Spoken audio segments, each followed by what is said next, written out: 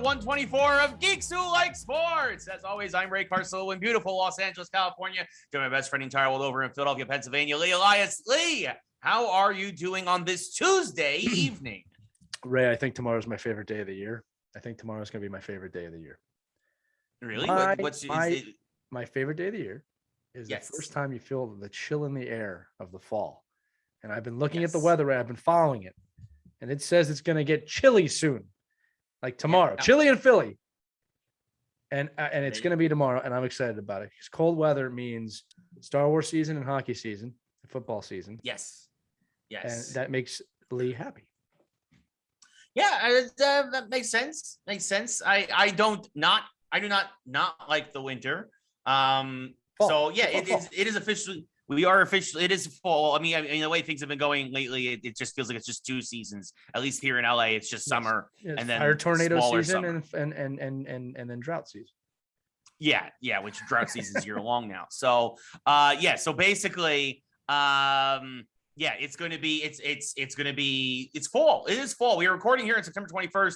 The night of September 21st, it is basically fall. It is almost autumn. We will be talking briefly. Yes. The NHL preseason starts next week. We've got some wrestling stuff to talk about. We got a lot of NBA stuff to talk about. A little bit of baseball, a little bit of football. Well, a fair amount of football. It has been football. We got some. Yeah, we have a lot of football stuff to talk about. Of course, as Sensei's mentioning in chat, of course, we're doing this live. If you're listening to the recording afterwards, we appreciate all of you. Star Wars Visions drops tomorrow alongside What If Episode 7. So those reviews will come next week because as we've changed our schedule, instead of recording on Wednesdays, now we are recording on Tuesdays. It worked better, so that's going to be going forward the Tuesday of every week. This way we do get all the football stuff in. So a little bit of housekeeping here. But we will not have the debuts of all the Disney Plus stuff. We will talk about that stuff next week. But also what this does for us is it means that we don't have to worry at all about spoilers because you will have had a full week to have seen the stuff that we're talking about. So no more excuses. So there is that. And we're going to be having some fun video game stuff here to kick things off today. We've got a lot of rumors circulating. I have a review. Actually, I might not rant about the Giants today. I might rant about this video game instead. And we got some TV news that I know Lee is super, super pumped about. And it almost like manifested this one. So I'm excited. Yes. Yeah, because we've talked about this on the show before. Like I think going back to episode 1, I really mean that. Yeah. We've talked about this in episode 1. So let's stay tuned for that, because if that show comes back, yes. Yeah. No, for sure. But we're kicking things off with the rumors circulating. JJ wants to talk about Far Cry 6. Far Cry 6 is out for 2 more weeks. JJ, we're doing a review of a game that just came out. So, but anyway, we're kicking things off with rumors that Xbox is going to be acquiring a new studio. These broke this week. This has been in the rumors for a while. And actually, this is something that I mentioned out there a while ago myself. When we were talking about all the acquisitions that Microsoft might be making, because Microsoft is wanting to throw their weight around and realizes that with what was the Bethesda gave them such a shot in the arm, that they realized once again that having exclusivity and having studios that can turn out AAA titles for them is fantastic. And so there's been a rumor breaking this week that Microsoft has basically, they're crossing the T's and they're dotting the I's on what they are describing as a major acquisition. My suspicion is it's going to be Warner Brothers Games, Warner Brothers Interactive Entertainment. This is something that's been kind of rumbling possibly as one of the major ones. We've known for a while that Warner Brothers, or AT&T, since their acquisition of Warner Brothers and DC and all that, has been looking to possibly cut the video game division, even though it's their most profitable division, but that's a whole nother story. What else is new? Much like Sony doesn't make a lot of money on their TVs, folks. They make their money on video games. It's just that's the facts. For now. But right now, right, like, the rumor is that AT&T wants to get rid of Warner Brothers Interactive Entertainment. So now, of course, the video game industry is like, well, if Marvel is putting a lot of exclusives on Sony, not all their games are Sony exclusive, but a lot. Obviously, Spider-Man, Wolverine. Could Xbox be looking to acquire WB? And then you have Xbox/DC, so games like Gotham Knights that is coming out, whatever the Suicide Squad game. Suddenly now they're Microsoft exclusive to combat Spider-Man 2 and Wolverine coming from Sony. I think this would be a very interesting acquisition, be a very interesting idea. I again had said this might be happening a while ago, but now there might be fire where there's smoke. Lee, what are your thoughts? I think that when we take the veil back, Ray, Spider-Man is a great game. All right. Yes. But when it comes to Marvel versus DC in the video game industry, I think DC is far better than Marvel in terms of gameplay, in terms of storyline, just the Batman games alone, right? I think that if it is going to be WB Games, it's just another massive acquisition by two companies that are really not fighting anymore. We put in the chat earlier this week about, and I'm not trying to change subjects here, but just about that I think PlayStation's going the wrong direction. PlayStation's big announcement this week was, hey, we're bringing a new version of the PlayStation in. That's the exact same version of the PlayStation. And I said, we have a new cooling unit. Yay! Right. Well, and you know what? It was funny, Ray, is that people were arguing with me like, but no, the specs are so much better than the Xbox. I'm like, it's not going that direction. This is like someone saying, no, our car has like the best tires when hover conversion's invented. Like we're not driving anymore. So anyway, when it comes to this, I would not be surprised if it's WB Games. I would not mind for that to be having a home on Xbox, especially with Game Pass, where we'd probably get day one drops on Game Pass of all WB games and the entire channel library. So we could play lots of those games again. Just word of wise from Microsoft, do not attempt to make a Superman game. You can't do it. No one can do it. Don't do it. Yes. That's just the word of the wise. Thank you. I'm Lee Wise, and I approve this message. Yeah, no, exactly. It's going to be interesting to see what goes forward. I mean, again, like, look, Insomniac obviously making these great games for Sony.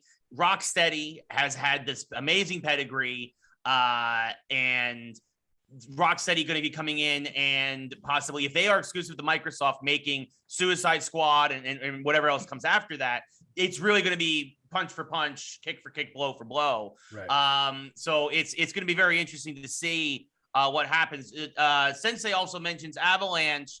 Avalanche, do you mean Avalanche Studios or Avalanche? There's two Avalanches. There's the Avalanche that made Disney Infinity, and then there's the Avalanche that made Just Cause. They're two different. One I think is Avalanche Interactive. The other one is Avalanche Studios, because of course they had to name the companies after themselves. But I just want to get some clarification there, because that would be two. If they got the Just Cause Avalanche, that's another great open world expert studio to acquire. Not as big as WB Games, but obviously they know what they're doing. They obviously have a pedigree. Again, it's not quite like acquiring WB Interactive, which I think would be more in line with what we've been seeing from the industry lately and kind of Microsoft swinging for the fences. But yeah, again, we don't know. This is just my thoughts. This is just speculation. And again, though, the rumor is that Microsoft is on the verge of announcing another major acquisition. So, but also we have in here in chat, JJ talking about ratings in terms of Sony versus, look, right now, Sony PS5 is outselling the Xbox Series X. That is true, but that is kind of the hangover of the last generation. In terms of a lot of reviews, a lot of people that I talk to and a lot of things that I see. Also, by the way, that we're going to get into this. We're going to get into the next big thing is we're going to talk about Deathloop. By the way, that may be on a PS5, a temporary PS5 exclusive, but it's a game that's made by Xbox Studios. So getting like a 9 on Deathloop is kind of like both companies getting a 9. So it's kind of like, right. Yeah. Let me ask you this, if this is a fair question. I think people using PlayStation sales of the console versus Xbox sales, to me, it's kind of like when Mark McGwire won the home run race. And be like, he won the home run race. Right. How'd the Cardinals do that season? Yeah, they didn't make the playoffs. Am I right? Is that a good analogy? It's like, you're leading the home run race. I mean, that's the thing is that year, right? When Microsoft, right, exactly. Sony, that's a great way of putting it. It's the 1998 season. That's geeks who like sports. So yes. So Sony is Mark McGwire breaking the home run record, and Microsoft is the 1998 Yankees winning the World Series. Because that's what's going to happen. That's what's going to be lasting. That's what's going to end up, I think, really, and again, we talk about in the long run, is that I think that Microsoft is better positioned we talk about this for the long run. Right now, a snapshot in time, yeah, Sony sold more units. That's undeniable. That is not denied. That is, the numbers are there. But I think that I think that is going to start to turn also. I know a lot of people who have regretted buying their PS5, who have returned their PS5, looking for an Xbox Series X, because the Xbox Series X and Game Pass in particular offers more. So again, when you're making a $500 console purchase, again, I think, like I said, the beginning of the generation, I think a lot of that was the carryover, the hangover that the PS4, no doubt, dominated the Xbox One. No doubt that Sony won the generation, if you want to look at that last generation. The tide is going to turn. Things are very early here. Microsoft is ready to drop nukes, whereas Sony is still celebrating Pearl Harbor. I was going to say that Microsoft also has the Yankees budget versus the Cardinals, but the Cardinals actually have a pretty healthy budget, to be fair. So the Cardinals are in pretty good shape. Yeah, I mean, look, there were a moment. It's gonna be interesting to see where things go for sure. Yeah. So Darkstroke says Game Pass is the only thing holding back PS5. Darkstroke, it's like again, it's not holding it back. Like PlayStation is in trouble. Game Pass is the future. It is the present. It is streaming. Yeah. I've said this before on multiple podcasts. I don't think Microsoft even cares about Sony. I think Sony needs to be watching out for Netflix and Apple. Yeah. They are going to come in and destroy them. Can you imagine? Listen, when Netflix launches their game stuff, I'm telling you, it is going to rival the play. It's going to be left behind. PlayStation's going to be left behind if they don't figure it out. Okay, if they don't figure it out, or if they don't come up with some kind of partnership, which definitely happened. I mean, it's going to be interesting to see. Even Nintendo has a streaming service. Like, you know what I mean? Even Nintendo has a streaming service, and they've done it the right way with their exclusives. You know what I mean? Yeah. Like, that's why it's working.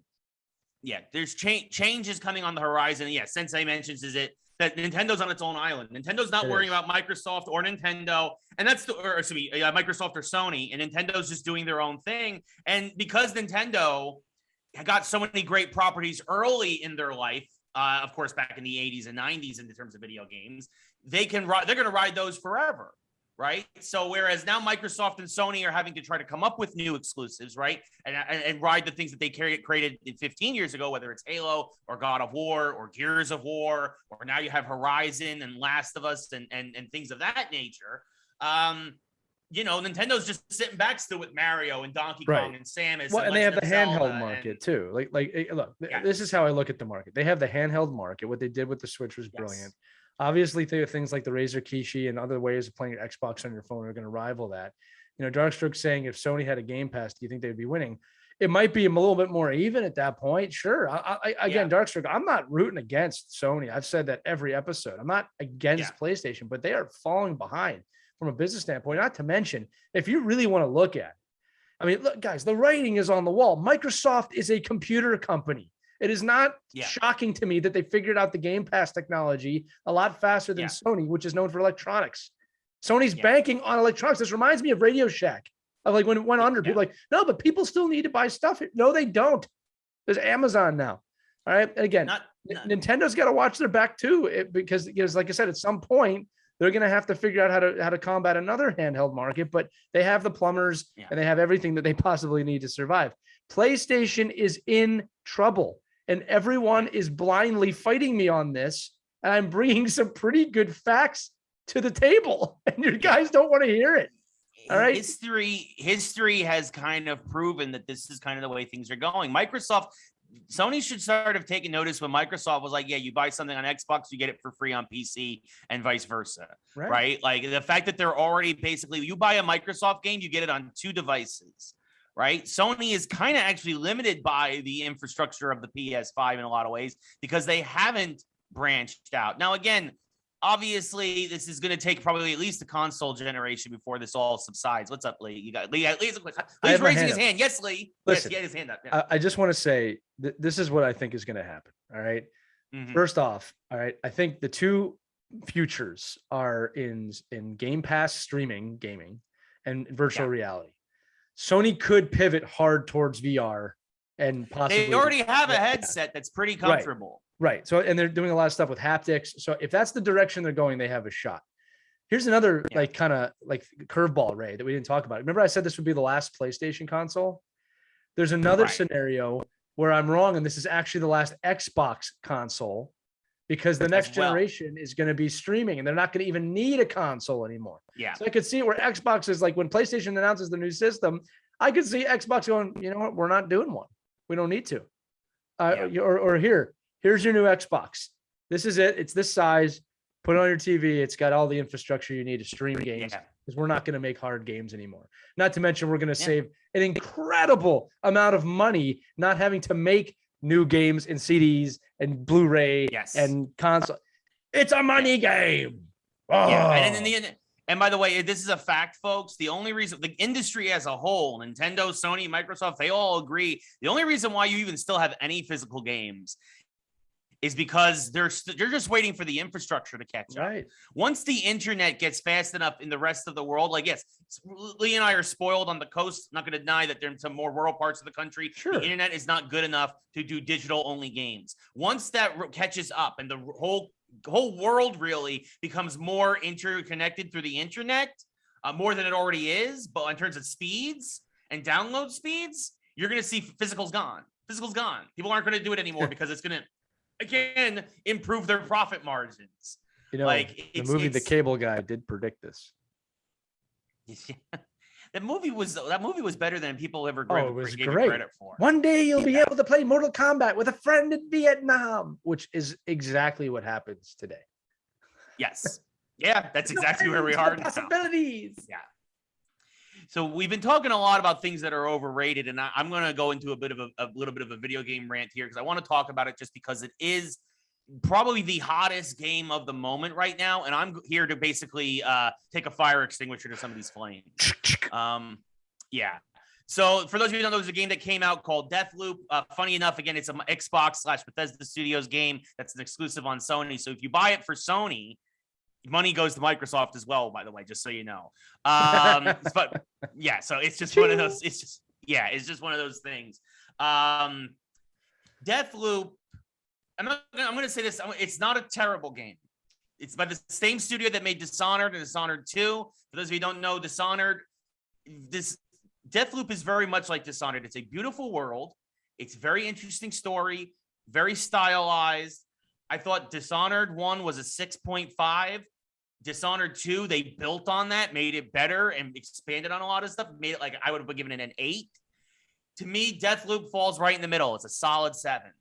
Right? People who are saying it's game of the year material, it's a 9, it's a 9.5. How could the game get any more perfect? I can tell you the game could get perfect. The gunplay could stop sucking. The user interface could be much better. You could maybe make your game, not have a 3-hour tutorial.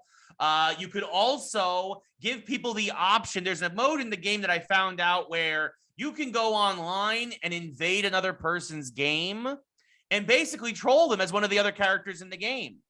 Yeah, it's called Protecting the Loop, but really I just call it Just Be a Troll. You can turn this off to be Just Be Friends, but you can't turn it off entirely. So a quick shout out to my buddy Spencer, who came in to my game over the weekend when I was in the final loop and decided to try and set off a nuke in the noontime period.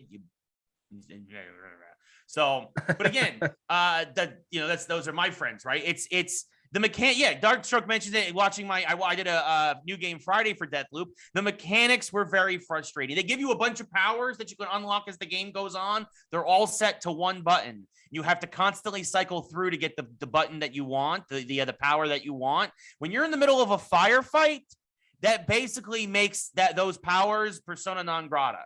Like I'm just gonna stick to my shotgun. I can't worry about cycling. Like when bullets are flying and you have a fast-paced moment, you can't slow down to be like, let's see, I'm going to use Havoc and then I'm going to use Blink. And it's not that kind of game. And I think this is also one of the things that hurt Dishonored. They made the same mistake with Dishonored, but even that game had more powers. You could map to multiple buttons. It's held to the one bumper. Casey mentions in chat, Watch Dogs did the invasion thing first anyway. You're right. And actually in there, at the very least there, you could turn it completely off if you wanted, right? Like in this one, you can still have your friends invade. And honestly, again, my friends are kind of jerks. So they did, and they kept harassing me during my game. That says something more about me and my friends probably than it does about the game itself. But again, I think the option of being able to turn it off completely would have been much more appreciated, even if it takes away from the quote unquote the universe that they're trying to build here. And I think that also by the end of it, but at hour 15, took me 15 hours to beat. I was just sick of the main gimmick, which is relive the same day over and over and over again. Because then they start to do busy work missions in order to be like, oh, hey, you went here at noon. Cool. You found the one piece of paper you needed. Now you need to come back here the next day in the morning to see how to put that paper into the device over here in this other building in the same part of town. And it was just kind of like, it felt like the game was purposely trying to bloat itself, and what should have been an 8 to 10 hour experience was dragged out to 15. So here I am giving you all a reality check saying Deathloop just ain't as great as most people think it is. I think this is partially the game industry right now having a hard on for roguelike, the genre of roguelike for some reason, and getting all worked up over something that has a nice story. Okay. Lee, do you have any thoughts? I do. I have a game proposal. Are you ready? It's based off of what you just said. It's not called Deathloop, but a pandemic strikes the world and you have to live the same day with your 2 children every single day, every day for 2 years. And you want to talk about a bloated game, right? Every day for 2 years. And then if they get this at the end of the game, Ray, they get to go back to school, right? But then they get sick every other day and they don't go back to school, Ray. And it's called Deathloop 2. The mechanics suck. It constantly thinks it's like, hey, I left my shoe in another room and the entire day goes by and then you do find it eventually. It's bloated. It does sound like something the French would make, though. I mean, again, Deathloop is created by Arcane Lion in France. So yes. Listen, here's the deal. I think a 7's a pretty respectable score to begin with. I don't know when we got into this. It's like a 10 or nothing type deal with games. Like 7's a respectable score. It's a great concept.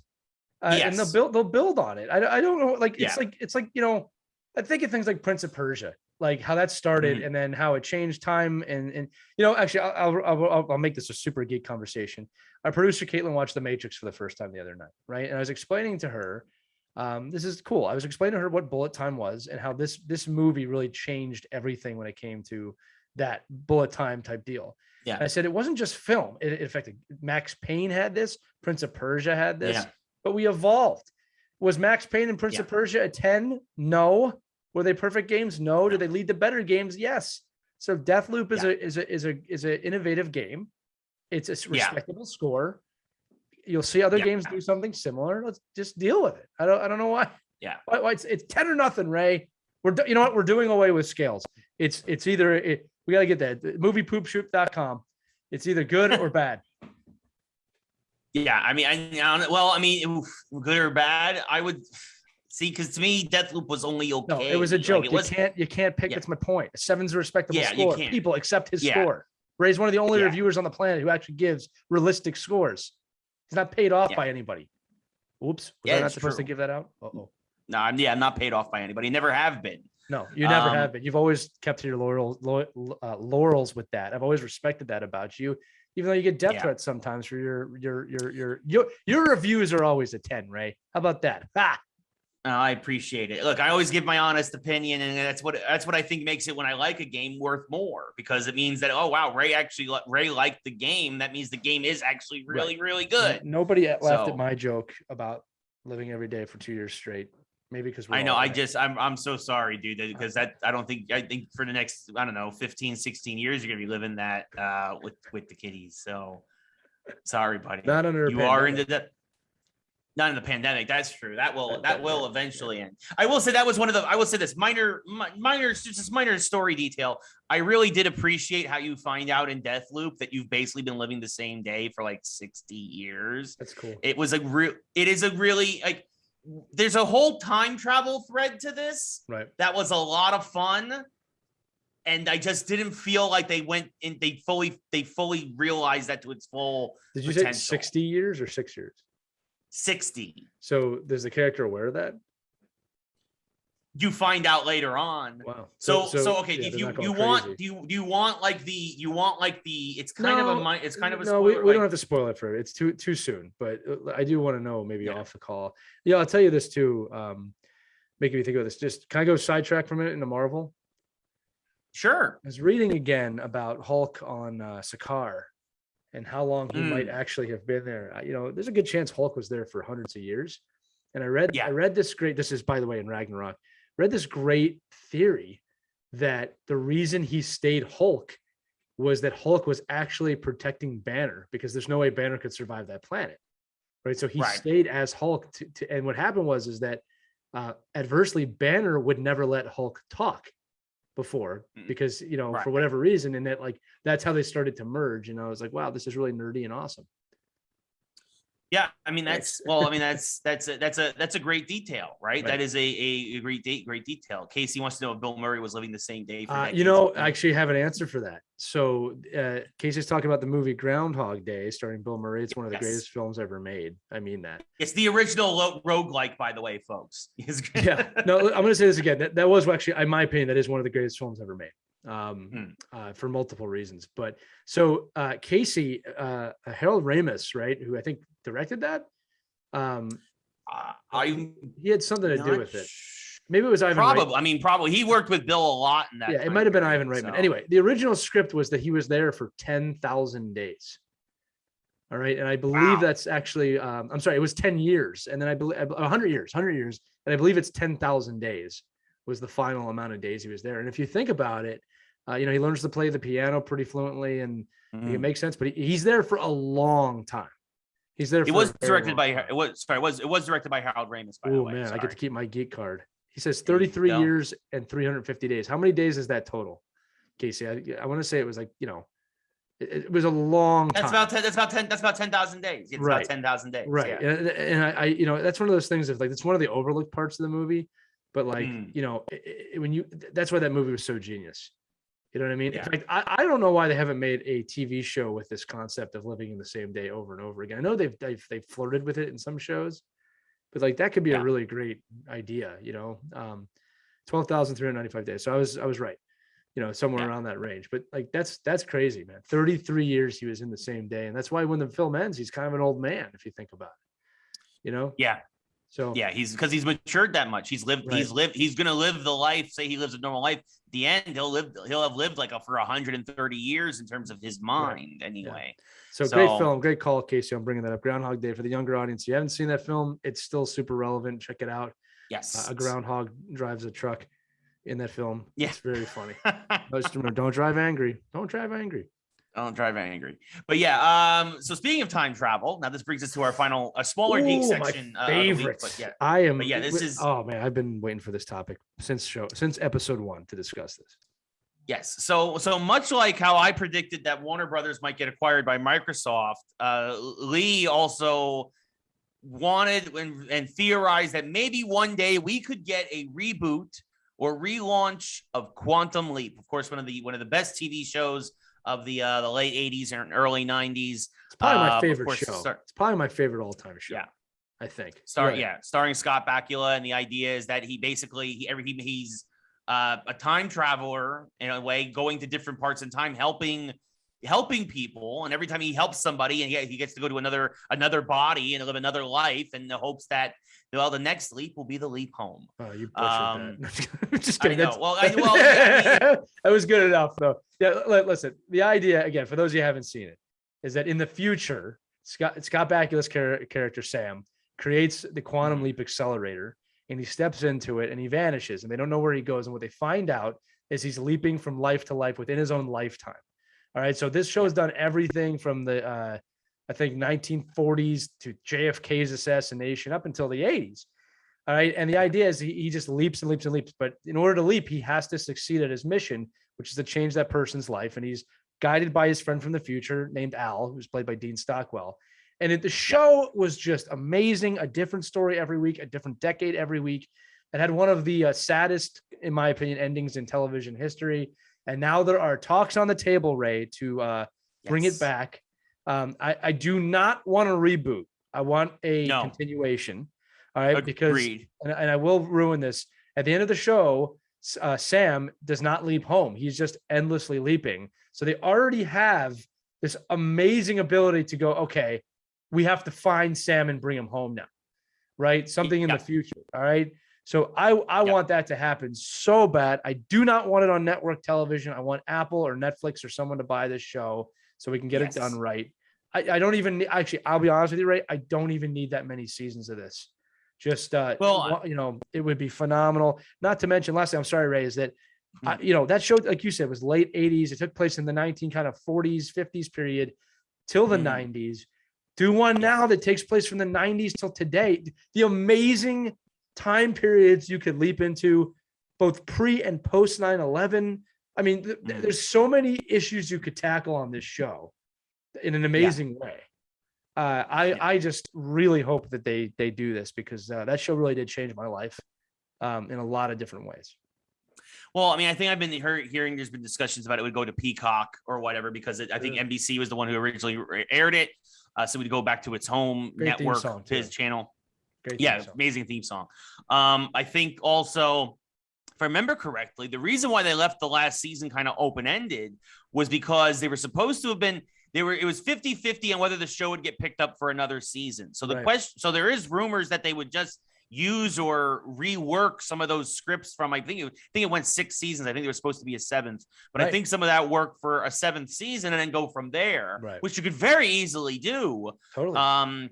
So, I mean, obviously Scott Bakula's down. He's been talking. He's the one who broke the news. So, I mean, I think that he would be, the show ended with him understanding the purpose of his leaping. And then he chooses to endlessly leap. To keep leaping, and I just think that it's one of those things of, like, you know, you could connect the souls of 2 time periods. I mean, there's been other shows that have come out like that you know, kind of complete the loop, and, you know, they're nostalgic and they bring you back. But look, I'm just going to say this again, just the idea of leaping in different time periods. We don't have a show like that on TV right now, and we're built for it. It would totally work right now, in my opinion. So I just would love to see something like that. Or again, somebody leaping within their own lifetime from the maybe early 80s till today. Look, another one I like to say, friends, and this is one of my favorite ones, is that you look at Back to the Future. And again, I don't think they should reboot Back to the Future, but, you know, they went from 1985, 30 years back to 1955. And I always like to say, if they did that today, Ray, they'd be going back to the 90s. Yeah.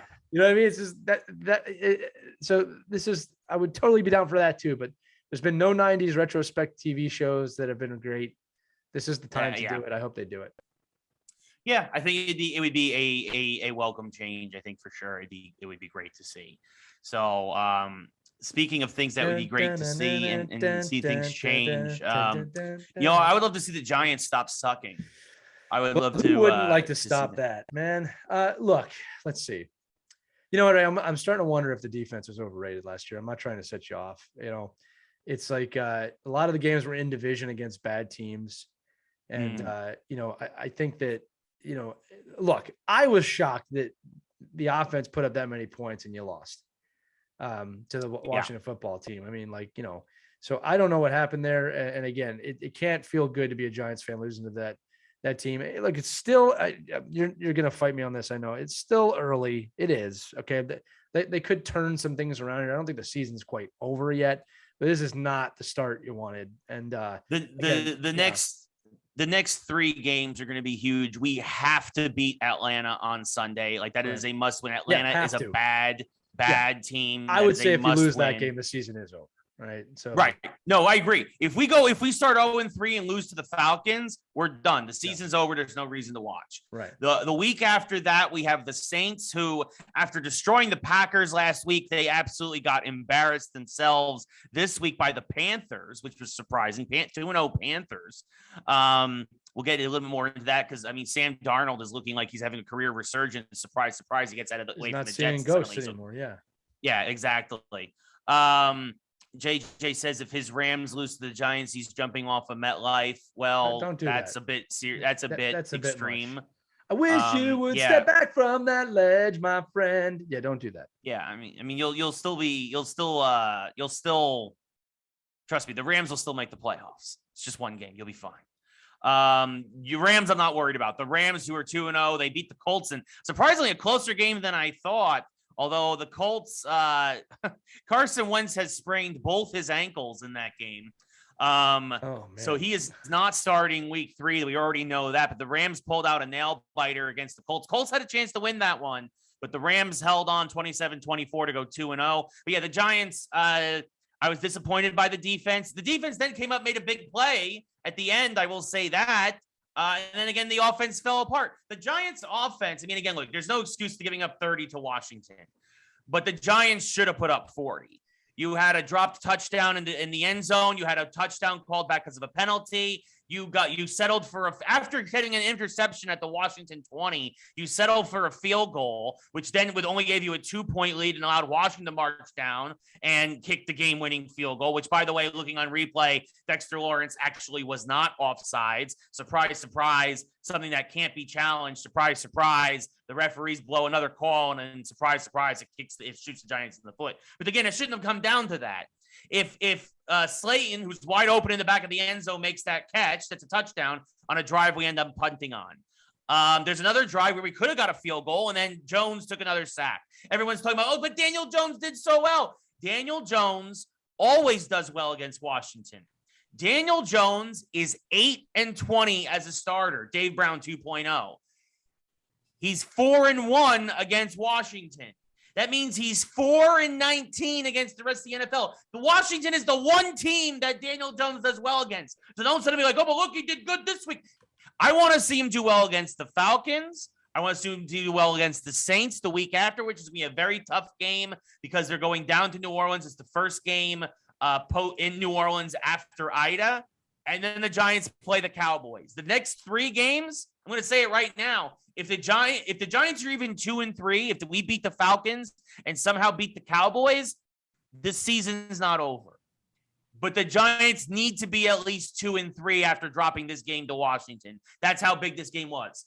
If we're 1-4, the season's over. Don't watch, turn it over. And if we're 0-3, if we lose to Atlanta, the season's over. So putting that right there for sure. Yeah, absolutely disgusting. The Eagles lost the heartbreaker here to the Niners. Defensive battle there. Yeah. Still, they're 7-20. competing, right? Like that's, the Eagles are very much alive and in this. That's, tough injuries this week too, but we'll see where it goes. Yeah. The Cowboys beat the Chargers in another close game. The Chargers look very good. The Chargers look, they're a much improved team, but Dallas was able to win a nail biter as well, 20-17. And looking at some of the AFC scores, the Patriots destroyed the Jets, so all is well in New England as the Jets continue. The Jets are who we thought they were. They're just as trashy as the Giants. You got to say that right if you're going to say it. They are who we thought they were. Who we thought they were. We let them off the hook. You know who's what I did not think they are? The Raiders are 2-0. Right. The Raiders knock off the Steelers, but I will say this. 2 years in a row or 2 of the last 3 years under Gruden, the Raiders get off to a very fast start and then typically collapse around the midway point of the season or whenever their bye week is.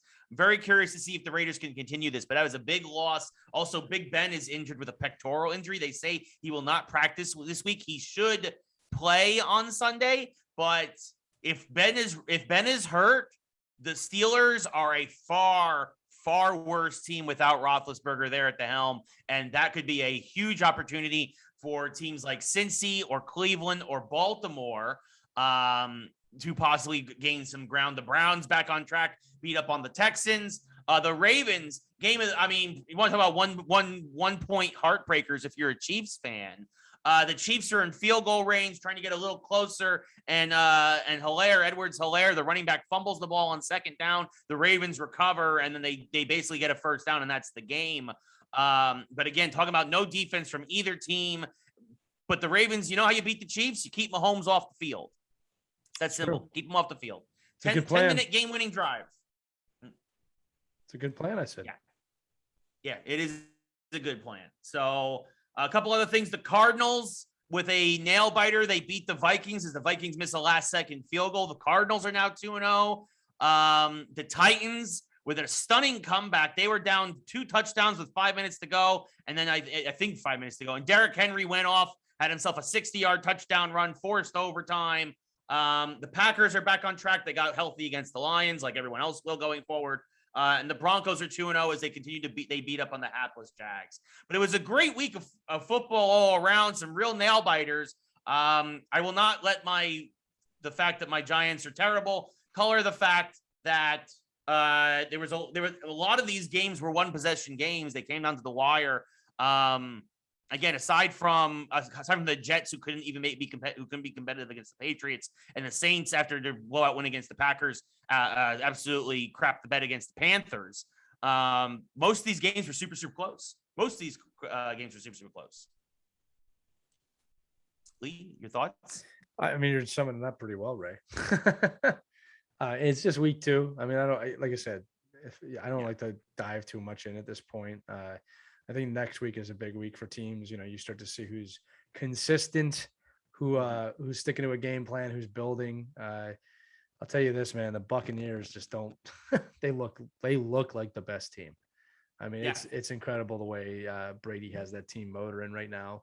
No distractions, just winning. I mean, I don't think they're gonna have a perfect season or anything like that. But I mean, look, the teams to beat are the Chiefs and the Bucs again. They look great. Yeah. So we'll see what happens. Yeah, even with the Chiefs, with that, if it's not for that last second turnover, the Chiefs beat the Ravens there, and the Ravens needed that game. So if the Ravens fall to 0-2, I know it's early, but that's a tough hole to climb out of a good division. Yeah. Well, fortunately, the Giants are 0-2 and playing the NFC East. Yeah, and look, by the way, great play to kind of win that game by the Ravens. The trust with the coach and the quarterback there, and on 4th and 1. Yeah, that's awesome to see. All right, because it wasn't really I mean, they really had to earn that yard. Let's just put it that way. And I think that I love seeing stuff like that as a coach. That look, we talked about this in the show before. Coach puts the game in his quarterback's hands. Asks his quarterback, "Do you want to go for it?" Quarterback says yes. Lamar Jackson says yes. We let him go for it. That's what I want to see. You let the athletes decide the game. All right. Yeah. And I'll tell you right now, if they didn't do it, I guarantee you Lamar Jackson afterward and the coach, Harbaugh, right? We talked, didn't work out. Yeah. We're moving on. We're on the next game. That's what I like to see. I'd love to see a little bit more of that. Also, I believe Ray Lewis was at the game. Yes. A really funny moment. Ray Lewis comes out. He does the Ray Lewis shuffle, gets the whole crowd fired up. The only problem was they went over to the Chiefs sideline, and Mahomes is like, "Oh my God, it's Ray Lewis! I love Ray Lewis!" But Mahomes is getting pumped up too, and it's having the opposite effect because he's such a legend now. That like, "Oh my God, it's Ray Lewis!" It's not intimidating. It's not intimidating or anything anymore. Right. Yeah, he's not running after him, so it doesn't matter. Right, exactly. JJ in chat wants to know Rams versus Bucks, who win. I'm with Lee right now. Bucks. I think the Bucks beat the Rams. Listen, the Bucks as of today are a W predictive wise every game the rest of the season. Yeah. All right. I'm going to say this again. I'm not saying they're going to do that, but there's not a team on the schedule that should not be a win for them right now. They will be the favorite in every game going forward. Right. This wasn't a fluke. Like they're better than they were last year. They're better than they were this time last year. Right. They're not figuring it out. They know exactly what it's going to take. And look, I'm not going to lie to you guys. Brady looks better too. Yeah. I mean, I mean, look, anything could happen. Injuries could happen. There's 100 different things that could happen over the course of an NFL season. And of course, the beauty of the NFL playoffs is it just takes one bad game from somebody. And again, the Rams are a team that, the Rams are equipped. They are taking their shot. The Rams window is right now with that defense and getting Stafford and whatnot. But the fact that the Rams struggled against the Colts. Yeah. Right now, the Bucks took their foot off the gas and toyed with the Falcons. Let the Falcons get back in the game, and then Brady's like, "Oh, we got to play again." Okay, and threw 3 touchdowns in the fourth quarter. Just like, "Okay, we're good. We're good." JJ is saying, like the Bucks have the Rams have a good shot against them. I feel like I'm doing Wayne's World. A lot of guys' girlfriends are in there. A lot of teams have a good shot to beat the Bucks, but they're not the favorite. The Bucks are going to be the favorite as of today. Every game the rest of the season. That can change though. That can change due to a lot of factors. But let's just be realistic here. I mean, Bucks and Kansas City, in my opinion, the only 2 teams in the league right now where every game should be a predicted win. All right. Yeah, no, That's for how sure. I look They should at be that. favorites on going down the rest And of I the would not schedule, for mind sure. seeing a rematch of that Super Bowl either. That wouldn't. I rarely say this, but that Yeah. actually would not bother me. No, I mean, if a healthy Chiefs offensive line would be really curious to see what happens there. By the way, JJ, like Rocky 2. Yeah, but maybe, yeah. JJ, don't ever call LA my hometown. Just that's another thing here in chat. I live here. Doesn't make it my hometown. There, yeah. It's a different Ray is thing. a New Jersey Yorker. Yeah, North Jersey for life. And I moved here for work. So maybe one day when you're old enough, JJ, you'll understand that as well. Come on, don't do that to him. JJ, well, no, follow your dreams. Ray did, and now he's in Los Angeles. Yeah. Follow your dreams, JJ. JJ, what do you want to be? JJ, for all those you listen to recording, JJ's here every week. We appreciate you, JJ, outside your baseball preferences. But what do you want to be when you grow up, JJ? Tell us right now, and tell us how old you are again. I know you think you're a teenager, right? Let us know what you want to be. Yeah, and he's in his teens. Yeah. We will report that back to our beautiful viewing audience. But JJ, we do appreciate you. You do come loyally every week, even though Ray bashes you. So he appreciates you too. Yeah, mostly. Yeah, no, it's going to be interesting to see. Also, real quick, while we're waiting for JJ to respond, the real fun fact: there's nobody in NFL history to start their career 0-7 in primetime games. And again, that's primetime, not specifically Monday Night Football, because I know everyone was like, but Kirk Cousins had 8 p.m. Right. Games. Yeah. Probably Sunday or Monday night, because Kirk Cousins had a great Sunday Night Football record and a terrible Monday Night Football record. Two different things. Daniel Jones is 0-6 on both Sunday night, Thursday night, and Monday Night Football. The next Giants primetime game is Monday Night Football against the Chiefs in 5 weeks. You know what you should have done? You know what you should have done, Ryan? You should have got yourselves a Foles or a Fitzpatrick, and you should have a night game quarterback where Daniel Jones can't play. That's what you need. You need a magic quarterback for night games, right? I mean, at this point, I want to see what Mike Glennon can do. Our current backup. Put him in. Honestly, put him in. I would put him in, because Daniel Jones out of Duke ain't getting the job done when the sun sets. So yeah, JJ of course wants to be a sportscaster, radio. That's guy, awesome, like JJ. JJ, that's awesome. And again, you're a big sports fan, and if that's your dream, go for it. Our producer Caitlin says she wants to be a Twitch mod when she grows up.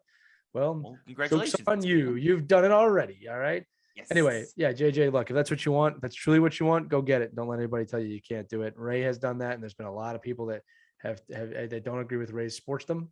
But he did it, and now he does it on Twitch, and he's actually leading the future with a goodbye baseball, which is also what I say when it's on TV. I'm like, oh, hey, goodbye baseball. Yeah. I go to another channel. Unless it's Ray on Twitch, I'll watch that. Yes, thank you. I appreciate it, buddy. Yeah. Speaking of baseball, that gets us into our next subject. This was an interesting story. Well, this is a couple of things. First off, actually, really quick, before we get into the other main baseball story, by the way, did you see Conor McGregor throw out the first pitch tonight at the Cubs game? No.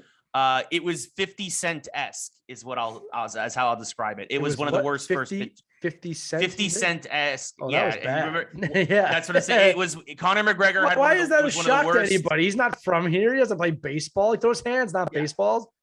Yeah. So it was terrible. So that was a fun story beforehand. But now getting into the terrible story. Let me tell you this. He doesn't give a fook what you think, Ray, about him throwing baseballs. Yes. And I didn't curse there. That actually was working for me. Yeah. And JJ's like, well, the difference is I'm trying to call real life games. Yeah, JJ, I tried that for a long time too. So yeah. Anyway, actually I did for a while, but yeah, you did do that, Ray. Anyway, look, JJ, whatever you want to do it. All right. Don't let anybody tell you can't do it, but make sure you listen and you learn from your elders like Papa Ray here. Don't listen. Don't follow my footsteps. Uncle kids. Ray. Don't be like me. Wait, where is the mute button? Go ahead, Ray. Just open your mouth. I'll talk for you. Don't listen to Lee. I am a terrible role model. No, don't listen to me. Yeah. JJ, but nothing from so JJ. moving that was on. Your chance, JJ. That was your chance. Moving on. Someone's laughing in their car. Now we're going to talk about the dumpster fire that is the Mets. So we go from the dumpster fire that is the Giants in Jersey. We go cross river now to the dumpster fire that is the Mets. Steve Cohen, of course, the new owner of the Mets. I've said it before. I'll say it again. He's basically a modern George Steinbrenner like in the Steinbrenner in the 70s. He sucks, man. I'm just gonna say it. Yeah, he's sucks. a jerk. Basically, somebody went to the Post or the Daily News and anonymously wanted to speak anonymously, which is something that's still allowed here in America and is very common in journalistic practices. And basically was talking about the dysfunction of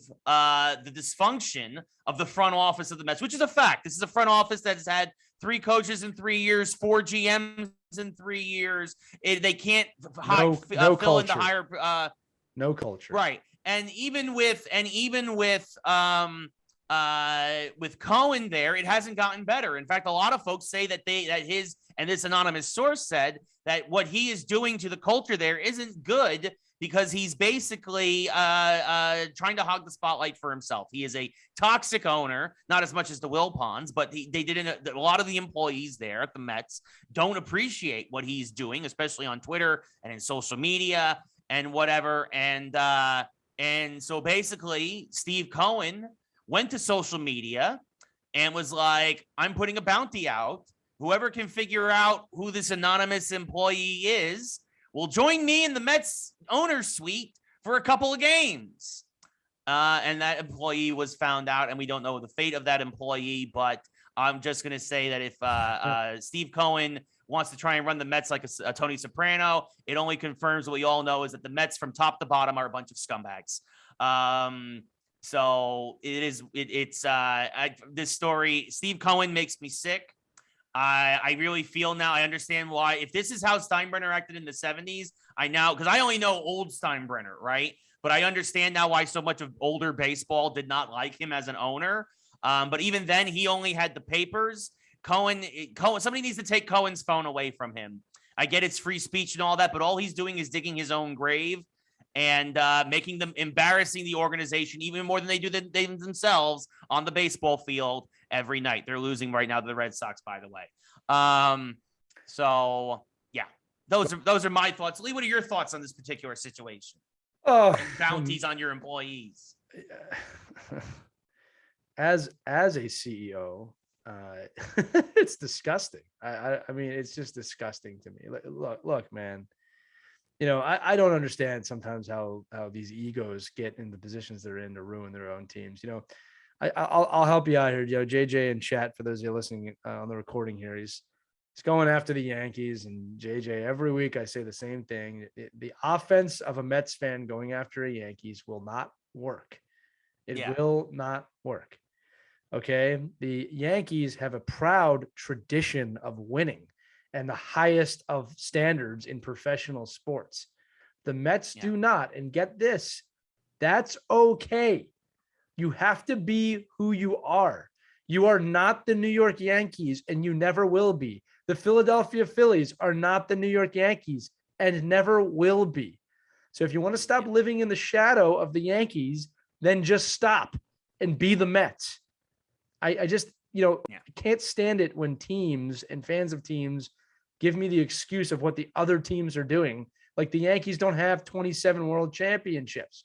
I'm not a Yankees fan, but I respect what the franchise has done. Right? Yeah. Your problem, Mets fans, you should be more pissed at your own team. Okay? You should be more pissed at your own team. And this is the same analogy of the girlfriend who keeps cheating on you and you keep going back, which I've used for baseball. Mets fans, you should be mad at your front office. You should be mad at your players. You should demand changes. I would not want to be a fan of that organization right now, the way they're representing themselves. It's embarrassing. It's embarrassing. And you should say that it's embarrassing to be a Mets fan right now. Two things can be true at once. You can love that team and that franchise and not be happy with them. All right. Yeah. So I just want that to know. It's like the fans who used to wear paper bags over their heads at Saints games. Yeah. Look, right? Philadelphia, I think champions this. I am going to do this right. I actually don't think you're going to disagree with me. Philadelphia fans champion in the league, the thought process of keeping their team accountable. We boo our players when they're playing bad. And you know what? Most years we're playing bad. And I'll tell you what, the best athletes in Philadelphia, we're going to talk about another athlete in Philadelphia who's out of his mind right now. All right. But the best athletes in Philadelphia, like Bryce Harper, understand that. He comes out, I should be booed if I play like crap. That's a guy that gets it. And you know what? The fans love him. They love him for that. Yeah. All right. So you hold your team accountable a little bit more. We boo our teams. I've said it 1,000 times. Nobody hates Philadelphia sports more than the people in Philadelphia. I don't think there's a better compliment for them than that. We know exactly who we are, and we ain't the Yankees. We're the Phillies, Flyers, Eagles, and 76ers, and we suck most of the time. So come at me. And don't go to Pats and Geno's. You might get murdered. I'm serious. Don't go there. You might get murdered. Yeah, I mean, but to be to be fair, but again, you mentioned it with Bryce Harper, right? There are guys who can handle the spotlight and handle the pressure, and there are guys who can't, right? And we're gonna get into that in a second with somebody here specifically in Philadelphia. And yeah, Bryce Harper was like, by the way, Bryce Harper having one of his best years ever and doing everything he can to get the Phillies into the playoffs. They're still within striking distance, but they're running out of time. But look, here's the deal. Yeah, the Phillies. I'll actually dive into a little bit of baseball with you tonight, Ray. Okay, the Phillies screwed up the rebuild. All right, they just screwed it up. The players that they picked did not pan out. They tried to fill up our bullpen this year, and they tried, but it's not panning out. And now we have this really amazing kind of bloated roster of guys that are not going to make it work. And that's why another reason I'm not really watching. I know how the story ends. Don't give me hope, right? Yeah. That's how the story ends. Yeah, we put a little flag in the pennant to give you effing hope. No, I know how it ends. Okay. I'm not even against, honestly, people getting go crazy. It might be right to blow up the Phillies again and try and start over at this point and move Harper. Although, he doesn't want that, but you could move him. Someone would take him. All right. So, and I love Bryce Harper, but the Phillies drastically screwed up this rebuild after the 2008 team, which they left for way too long. And we're back to being the normal Phillies. I don't know how else to say that. Yeah. JJ says worst franchises in sports. JJ, man, I didn't say that about the Mets, and I'm going to tell you this right now. You're wrong. The Mets and Phillies have the same amount of World Series, right? Know that, right? Right. Like, yeah. So, JJ, like, yeah. JJ, the Mets have two, the Phillies have two. And honestly, if you want to get really technical, before the Athletics left, they had 5. Yeah, it's true. The Athletics had 5 in Philly, none in Kansas City, and then 4 in Oakland. Yeah, I'll say this, JJ. Look, I understand the fandom. I do, between the Mets and the Phillies and New York and Philadelphia and New Jersey, so forth and so on. But I'll tell you what, Phillies fans are some of the greatest, most passionate fans in all of sport. They are. They're also some of the most ruthless, some of the most careless, and some of the most violent. But I can give you at least 25 teams that are worse franchises than Philadelphia teams. All right. The people in the city know their sport.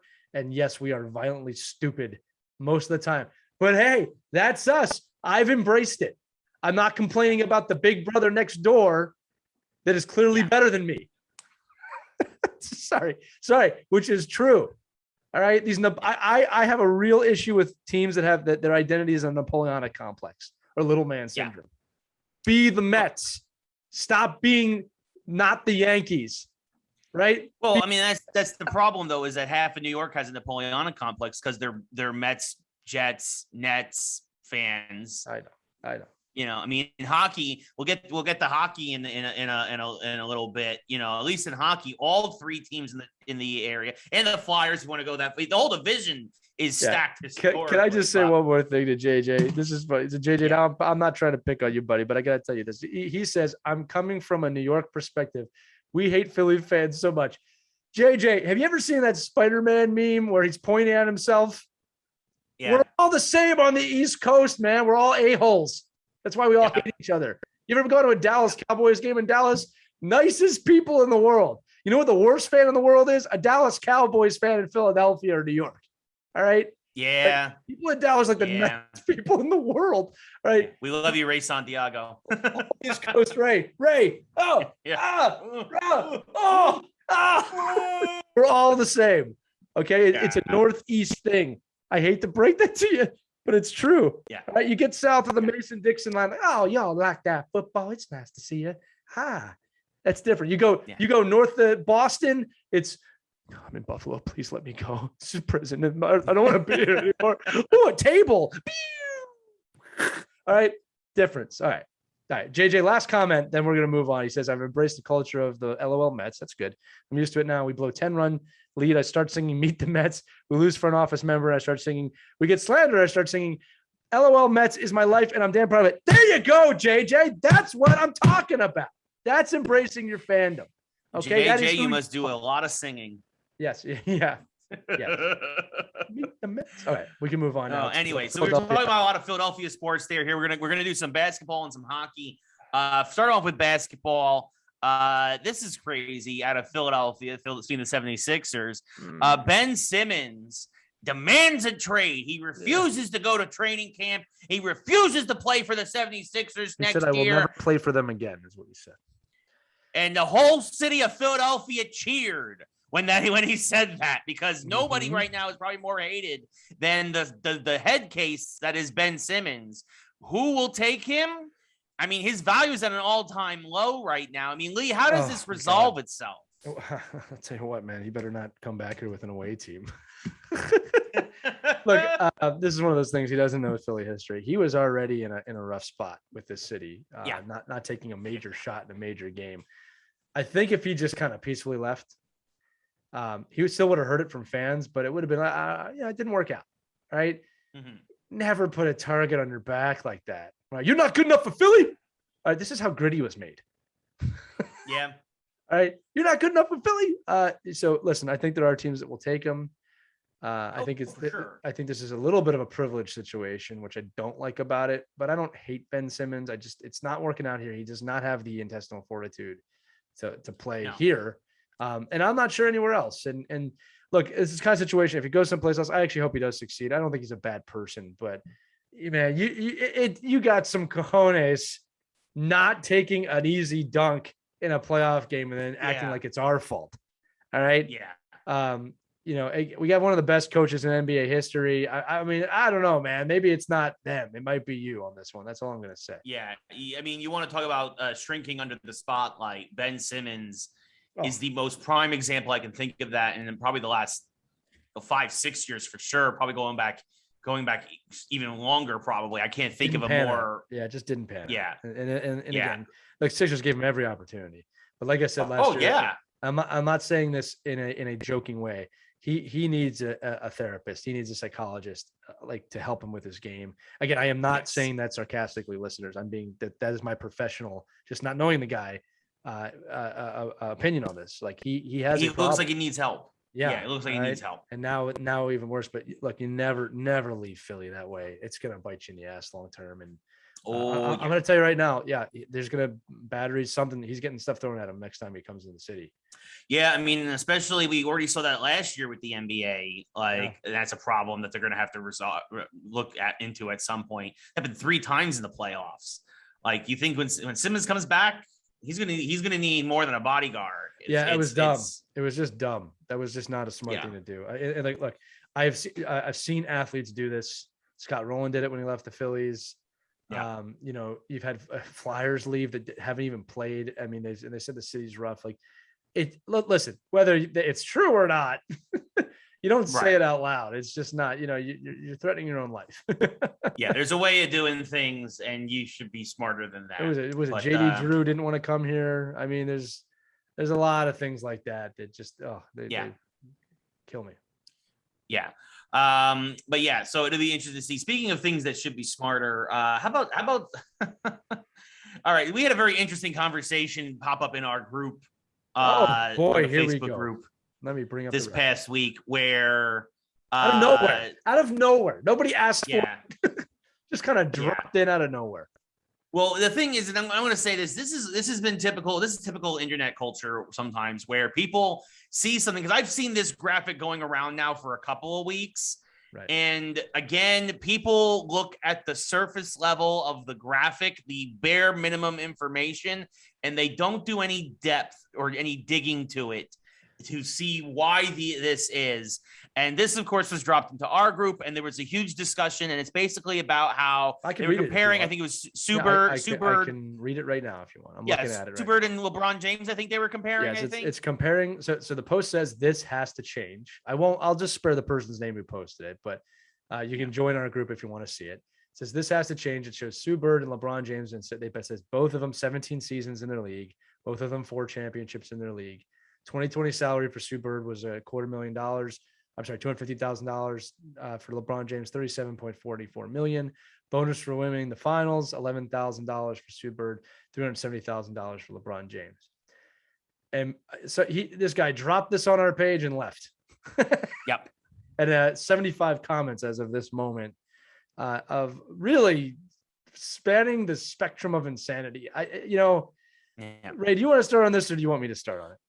I mean, gosh, there's so much to dig into here to begin with. But the first thing is that you have to understand the WNBA is valued as a league worth about $60 million. Which is amazing, by the way. It's amazing that league has grown to that level. Yes. With help of the NBA, by the way. Right. Like that's another thing. We shouldn't be downgrading that. That's amazing. That's a champion level of women's sport now, and it should keep growing. All right. Yeah. I want to say that. And the NBA is valued as a league as worth several billion dollars with a B. That is one of the key differences is that there is just more money in the NBA and being taken in the NBA and taken in at the gate and for television rights. And it's also partially because the WNBA has only been around for 20 years, whereas the NBA has been around for 80 and has had time to grow into it. The NBA in the 1960s, you look at what the players were making then, actually across in all sports, and it was kind of similar. The WNBA is in its infancy, and it takes time for these things to develop. Well, yeah. Look, let's break this down by multiple levels here. Number one, Ray and I both believe this, that women belong in sports. Okay. Yes. We'll defend that. Women belong in sports. That is, we are not arguing that. There were some people arguing that on this chat. Women belong in sports. Not welcome at all. Welcome in here. Yeah. Okay. When I look at Sue Bird and LeBron James, I see a basketball player. Period. Right. Okay. Women belong in sports. That's number one. Number two, I said this statement on there, and I was actually a little bit shocked. I mean that at how many people didn't understand it. Many people fought me on it without really understanding it, and that they didn't understand the definition. So I'm going to do it here right now. There is equality of outcome and equality of opportunity. And it's very important that we understand the difference between those two things, because equality of outcome is not a realistic goal. Equality of opportunity is. And in women's basketball, we actually are seeing equality of opportunity in the fact that women have a pro basketball league in which they play basketball and make money. Are the salaries the same? No. Are the gross revenues of the league the same? No. Is that how you base salaries? Yes. Yeah. Okay. That's how that works. All right. You need money to make money. Right. Now, if you want to look at other sports and say, wow, there's no female representation, that's an argument maybe worth having. But equality of outcome, how are we going to pay these women $37 million a year? Well, it should that's worth more than half the league. That is not how this works. Now, the conversation devolved into how the empire needs to fall, and it was just going completely communist, and it was freaking me out. I'm not going to lie here. I'm a capitalist. I'm proud to be a capitalist. You don't have to agree with me on that, but that's who I am. If you can't have a conversation with me about it, deal with it. All right. But my God, people, equality of outcome is not a realistic goal. All right. Nor should it be earned. Okay. Equality of opportunity is what we should be striving for. Men, women, people of color, white people, Asian people, everybody should have the same opportunities. That's the problem facing our country. All right. Yeah. Not that we don't have the same outcome. If you didn't earn it, you don't get it. That's the American way. All right. The problem is there are people that aren't getting it that are earning it. Okay. What the women's soccer team did to fight for equal pay, that was equality of opportunity, not outcome. They fought for it and they deserve it because the revenues are there.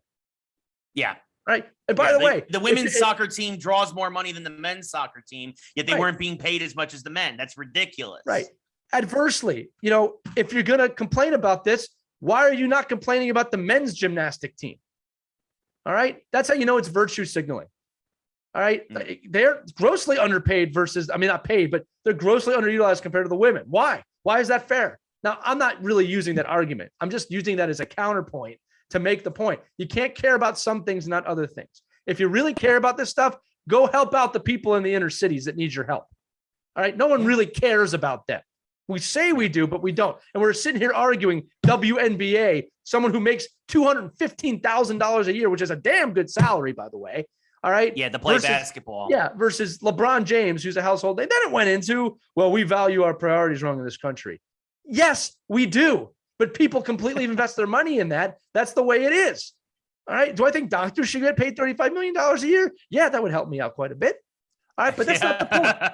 All right. My point is we invest money in this. This is the free market. That's how it works. Okay. If you want more people to make more money, either stop giving those people your money or invest it in other places. That is how the free market works. It's how it made the greatest economy in the history of the world, even with all of our problems. Two things can be true at once. You can have a great economy and you can have wrong priorities. It's okay. All right. Progress. Move up the chart. I don't understand why it's so hard for people to understand. I get pissed about this. There's an ignorance level. There's an ignorance level flat out. I mean, you pointed it out when you mentioned opportunity, versus the economic side of things. It's outcome. The outcome. That's the word. Opportunity versus if we had a quality of outcome, if we had a quality of outcome, every team would win the Super Bowl every year. Yeah. Open your mind. If we had a quality of outcome, you would, I just here's what I want to say again. Thinking in terms of again the money. Here it is, and it goes back to Lee's point. Put your money where your mouth is. When was the last time you went to a WNBA game and went to an NBA game? Right? When was the last time you spent money on the WNBA? You want the players to make more money? Where do you think the money comes from? How many Sue Bird jerseys did you buy over her career versus LeBron? How many, this is how these leagues make money. Even to a microcosm, when was the last time you watched a New York Liberty game? I can tell you right now, the New York Liberty are on the Yes Network. If you have the Yes Network in the New York City area, you can watch the Nets, the Liberty, and the Yankees. Those are the three teams on that network. When was the last time you watched a Liberty game? I want to know. I'm going to ask you another question. I'm going to take this even further. Okay. Why do they need to be equal? I don't understand that. Okay. Like why does the NBA and WNBA need to be equal? They are not equivalent skill wise. I'm just stating facts. Okay. I'm not saying women can't ball. All right. But they are not equivalent skill wise. Okay. At this point. Okay. The league is never going to be the NBA. That's okay. That's okay. It's not the end of the world. We don't look at AAA baseball and expect it to be the MLB. All right. It's okay. There's a scale for these things. That's my point. All right. And the WNBA will grow. All right. The other thing I wanted to bring up here, Ray, was that we had some dolt in the chat say no man would ever buy a Sue Bird jersey. I would buy a Sue Bird jersey. I would buy, what I think they said they put this out there of, what's an athlete that they don't have a jersey that you would buy? I would buy a Simone Biles jersey tomorrow. All right. I don't subscribe that men wouldn't buy women's jerseys. That's horse crap. All right. They totally would. Yeah. All right. So anyway, I just want to get my thoughts on this. You buy the jerseys of the things that you like and that you want. I bought a New York Excelsior jersey for esports, for Overwatch League. Why? Because I love esports and video games. Yeah, it's you put your money, you invest your money in the things you like. Yeah. And again, if you're angry over the fact that there's not as much money in the WNBA than the NBA, then that's what you have to look at. And again, if you're not helping, then what are you doing aside from complaining? You're a professional outrager. Thanks for your outrage. And absolutely no action whatsoever to make the problem better. Virtue signaling, horrible. Equality of opportunity is what you're looking for. Number one, across all walks of life in America. And I'm shocked that person dropped that left the group. And, that's somebody who's just trying. Somebody who's just trying to kick a hornet's nest, and obviously they did. And I asked him. I gave him a chance. I said, "Could you tell me what you mean?" And I wasn't trying to be mean. I said, "Can you tell me what you mean by this has to change?" No response.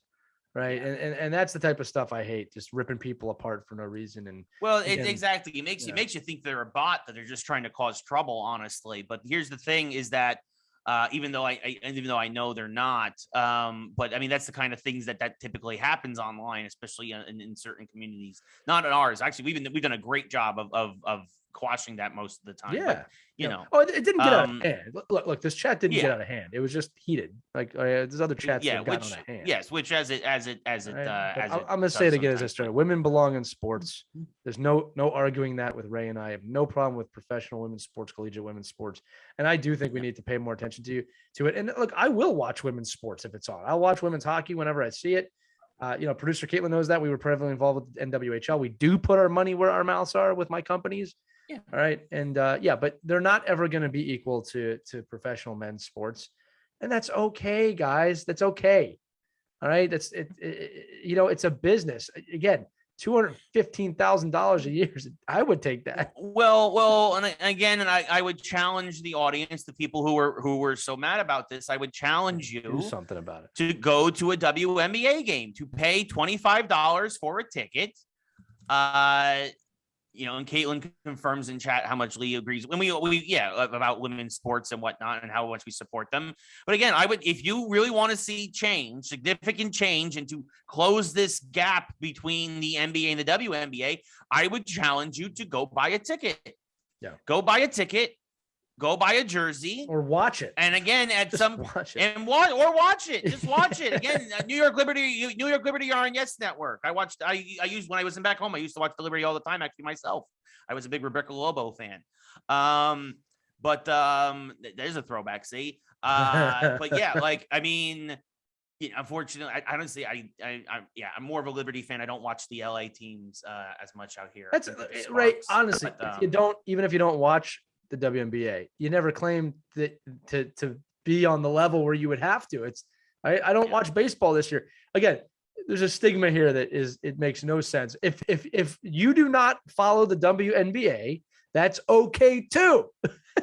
Yeah, but you can't be talking like this. Right. You can't complain. You can't complain that there's inequality and then completely not do anything to help make things equal. Like support the league. If you don't support the league, you can't complain that other people aren't supporting the league. Yeah, that's kind of what it boils down to. There's a lot of professional outrage out there right now. And the problem with professional outrage is you always need to be outraged about something. All right. Yes. And you're not really looking for solutions. So folks, I'm the voice of reason right now. You realize how insane that is? Or one of them, I should say. Think about this. Yep. But yeah, so moving on. Speaking, you know what I'm outraged about? Command me, my lord. You know what I'm outraged about? I am outraged that the stupid Coyotes are bringing back their stupid echidna jerseys the here for jersey. the NHL season. Whatever. I don't care. They look stupid. There you go. They're outraged. I'm outraged again. You know what really grinds my gears? What's wrong with the Kachina jersey, right? I don't know. I think they look stupid. Personally, I don't know. Look, they're a throwback. They're vintage now, so they kind of fit in. They've already brought them back a couple of years ago. They're just bringing back the white one this year. The Arizona Coyotes are bringing back the Phoenix Coyotes white Kachina jersey. And look, it's one of those things like the Gordon Fisherman with the Islanders. It's grown enough now. They should bring it back. The Islanders should absolutely bring that back by some point. Hey, Zdeno Chara is going back to the Islanders. You need to bring back the Gordon's Fisherman. He's going back to where it started before he was stupidly traded by Mike Milbury along with Roberto Luongo, thus trading away their entire future. Dumb. Yeah. And honestly, folks, I'm just joking. It's just using that as a transition. I honestly don't care about the Coyotes whatsoever. The Yotes. So the there you go. The Yotes. Yes. So I don't care what jerseys they wear because they're absolutely irrelevant. I don't care. He hates it. Yeah. Again. So there you go. The how about that one? If that'll get some folks riled up. We actually had some Coyote fans. We've actually had some Coyote fans comment on our YouTube videos before. So bring it. I like the Kachina jersey. I don't have a problem. I think it was one of the more original designs in NHL history. There was a time when it was like, oh, that's kind of weird looking, but look, we don't have enough like vibrant jerseys like that in the NHL. I give the Kraken a lot of credit for the colors that look. I can't wait. I'm excited for the Kraken. Excited for the Kraken. What's funny is that they have that kind of like light neon blue kind of color, that sea blue color. I can't wait until that's like not in anymore and they have to change it. And we have to see where they go. And then 30 years from now, they're like, we're bringing back the original Kraken jersey. Yeah. Yeah, it's gonna be interesting to see. It's gonna be interesting to see. But yeah, the NHL at 32 teams preseason. We're a week away from NHL preseason now, folks. As of recording this, less than a week away. So it is hockey season is upon us. Lee is happy. Hey, coming in the chat right now, streamlounge.io headman Mark Elrod is here. So two things I'm going to tell you. Mark, welcome to the show. And I sent my logs to you just 20 minutes ago. There you go. So there you go. It's gonna be a good NHL season for sure. And again, we mentioned this in the pre-show for the Twitch show. We're doing something special with Streamlaunch.io tomorrow. By the time this episode airs, it'll probably be after the fact, which is why we haven't plugged it. But be sure to stay tuned to Streamlaunch.io. Sign up if you haven't. We are doing we've been doing last week we started this. We're doing this now every week for the rest of the season. I'm doing live play-by-play once a week for baseball through MLB.tv. It is the free game, at least until the end of the regular season, the free game of the week. Tomorrow, it is Jays versus Rays, a huge American League East matchup. And if enough people come in and watch, we're going to give away an MLB.tv postseason subscription. So huzzah! I appreciate that. Stream Lounge. I just call them Stream Lounge because it helps to promote the brand. Stream Lounge. So, but I appreciate, Yeah, I had I had to do that. I was giving ready some great nicknames there, like Gary Sanchez. Speaking of the Kraken, right? Gary Sanchez's nickname for the Yankees he's called the Kraken. I call him the Crappen because he's cost us like 3 games in the past week with his terrible catching. Yeah, he's the Crappening, exactly. I can't. Why'd you gotta do that? Why you gotta be so hard on me with baseball? Donnie, why are you doing that, Donnie? Yeah, NHL preseason. Lee, do you have any predict? I mean, we've talked about this before. I still think the Islanders, as I think you do, are probably the team to beat in our division, probably. Easily. Although I think the Rangers and Flyers are going to be very competitive this year. I think the Rangers are still. I think the Rangers are still going to be on the outside looking in come the end of the year. I think the Flyers will probably be in the playoffs. Well, I'll say this: thoughts? I think the Metropolitan Division is the best division in sport. Unlike the NFC East, this is a situation where the Metro is a really good division, and just much like your Yankees in the situation they're in, some good teams might miss the playoffs. Okay, but look, the favorite in the Metropolitan for 3 years running is the New York Islanders. I don't know why people keep overlooking them. That makes no sense to me at this point. They've just lost 2 conference finals in a row to the eventual Stanley Cup champion. They are a cup contender at this point. So the Islanders are the team to beat. Then you got to move down. You have kind of the aging 3 teams. You have the Pittsburgh Penguins with Sidney Crosby, Evgeny Malkin, a great team that's getting a year older, followed by the Washington Capitals with Alex Ovechkin getting a year older, who's very focused on getting that goal record right now. And I think the organization wants to help him do that. Not at the sacrifice of winning, but that just is something you have to think about. Then you move down to the Boston Bruins, who are, once again, getting a year older. Those are the 3 big titans of the last 10 years. They're getting older. After that, you got to look at 3 teams in particular: the Carolina Hurricanes, Philadelphia Flyers, the New York Rangers, all teams on the up and up, all teams that can win, heavily going to be dependent on special teams. And of course, injuries throughout the season. That's going to play a major role onto it. Also, if Vladimir Putin and the Russian mafia can keep away from the Rangers for this year and let us to have a wonderful season, that would be great. And then pulling up the bottom of the division is going to be the New Jersey Devils once again. They just have not done enough to rebuild that team. They're missing, how do you put this, Ray? A goaltender, which I'm not going to lie to you guys. I predicted that for years. It wasn't hard. They had the greatest goaltender of all time, which they still can't handle. It's going to be a while before that team comes back up. I feel like I'm forgetting a team, but I don't think I am. That's the fastest I've ever talked. That's Lee Elias's Metropolitan prediction here on Geeks Who Like Sports. Oh, there you go. Look at that. Nicely done, my friend. I just kind of went with it. Hope I didn't stutter. It worked out. No, I think you're great. I mean, honestly, I kind of echo a lot of your sentiment. Like I said, I think the Rangers are going to miss the playoffs, but they'll be close. I think the Flyers will get in. Yeah, look, I got to be honest with you. I think the Rangers are still a year away. I think we're still a year away. You have the pieces. It's just, are they going to click this year? All right. And like I said, it's a tough one. The Rangers could have been in the playoffs last year. So like I said, when I look at the Flyers, the Hurricanes, and the Rangers really could all win the division. I mean that. All right. But things have to go very right. They have to have a hot start. And above all, I said this, they have to avoid injury. All right. I mean, with the Flyers, it comes look, if Carter Hart's the best goalie in the division, we're going to make the playoffs. That's that simple. Right. With you guys, it's, look, Panarin gets a full season. You guys get a full season. Your rookies, you have 2 really great young players there, man. They can be really good. So, and then it comes down to, like, does Sidney Crosby feel like he wants to win another Stanley Cup? and then at Washington. But what a great division. I mean, there's really only one team in there that's just not up to par right now. And I'd be lying if I wasn't saying I would be gloating a little bit on that one. But it looks good. And then around the league, look, I think I hate to say this, I think the Kraken are going to be rough. All right, everyone. I was about to ask that. What do you think as an expansion franchise? I don't think they're not going to do what Vegas did a few years ago for sure. No, look, here's why. I mean, look, they understand league revenue. By the way, the other team I forgot was the Columbus Blue Jackets, who were also right in there. I forgive me, Columbus fans.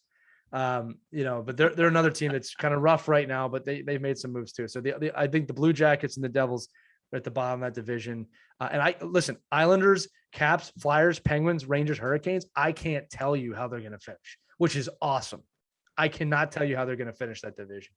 All right. But yeah, no, I don't. If you want to move over to the Western Conference, which is finally back, I don't think the Kraken are going to do too well. I think the Oilers are going to win that division, followed by the Golden Knights. I mean, I think that division's pretty much set on those two teams. The Flames, the Oilers will blow it in the first round again. Yeah, look, I'll tell you what. They're going the right direction finally. All right. And they might, but the Oilers are a good team. And so are the Golden Knights. I mean, nobody else, the Flames, the Nucks, the Ducks, the Sharks, the Kings, they're all rebuilding right now. Going back to the Eastern Conference, Ray, if we're doing a prediction now that I'm here, you look at the Atlantic Division, obviously the Lightning are the favorite to win that division. They have shown no signs of slowing down, followed by the Bruins, right? And the Leafs. Those are your big three. Panthers always showing sign of life. The Canadians, I think, are actually going to have a rough season after last year. I don't think they're going to do as well as they did last year. And it's going to be a battle for the bottom between the Red Wings, the Sabres, and the Senators, with the Panthers floating around in there, once again, deciding, do they want to play hockey this year or not? And then finally, going back to the Western Conference in the Central Division, the Avalanche, it's their year. If they don't do it this year, that team's going to have a hard time winning moving forward. They have all the pieces to win a Stanley Cup. It's their chance now. I would look for the Stars to have a little bit of a resurgence after completely missing the playoffs last year, after making the Stanley Cup playoffs. I was going to say a final hangover they had, I think. Yeah. Right. And then the dark horse is the Blackhawks. I mean, with Marc-Andre Fleury. With Marc-Andre Fleury, yep. Yeah, you never know. But, you look at that, the Jets are a good team. Predators, not so much.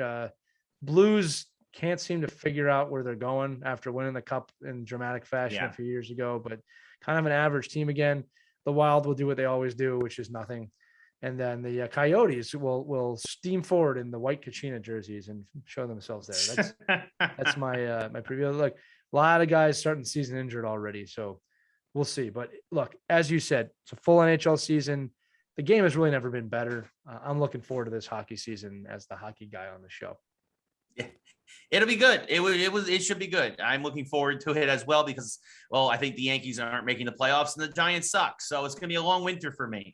I think you're going to the Rangers. I really do, Ray. I'm not saying. I really hope they do well. I mean, I know we're doing an NBA preview late in a couple of weeks as that gets closer. The Knicks and the Rangers are your bread and butter this year. They're going to be fun to watch. I was going to say the Knicks got significantly better.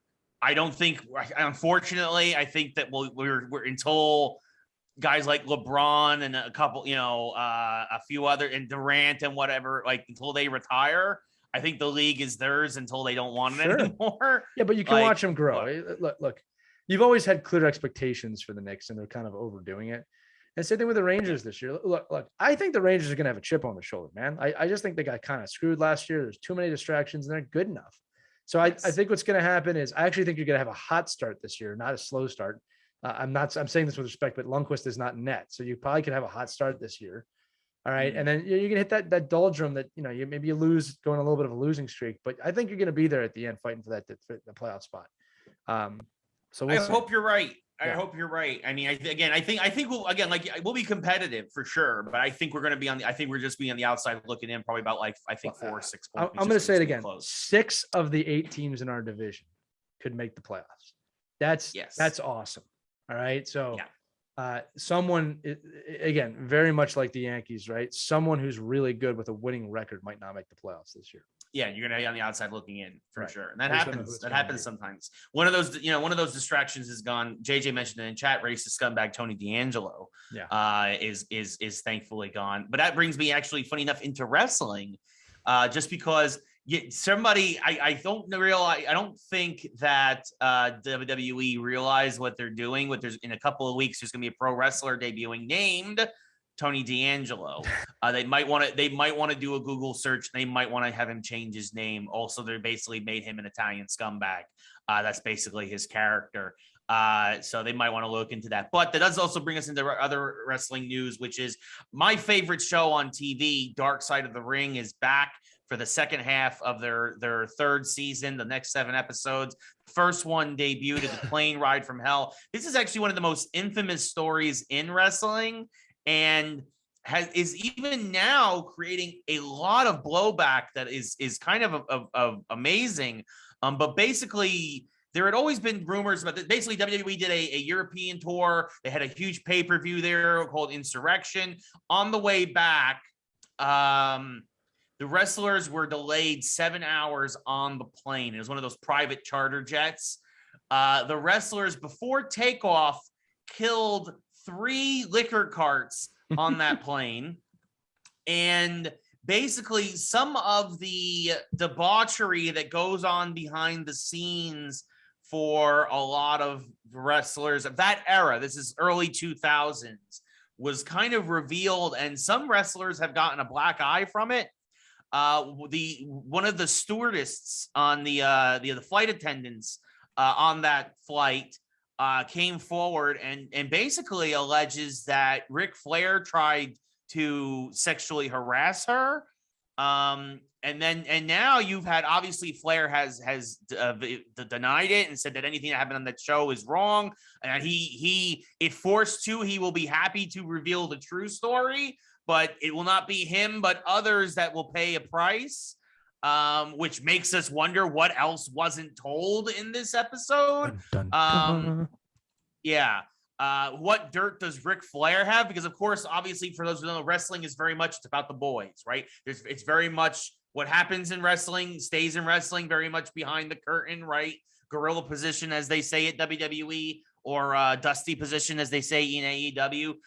Impact wrestler, hardcore legend, the innovator of hardcore, the innovator of violence, Tommy Dreamer, has been suspended indefinitely from both his jobs as a radio host and as a wrestler for Impact Wrestling, because he defended Ric Flair and his action. I would say defend, but he basically kind of like, oh, it was nothing. That's Rick being Rick.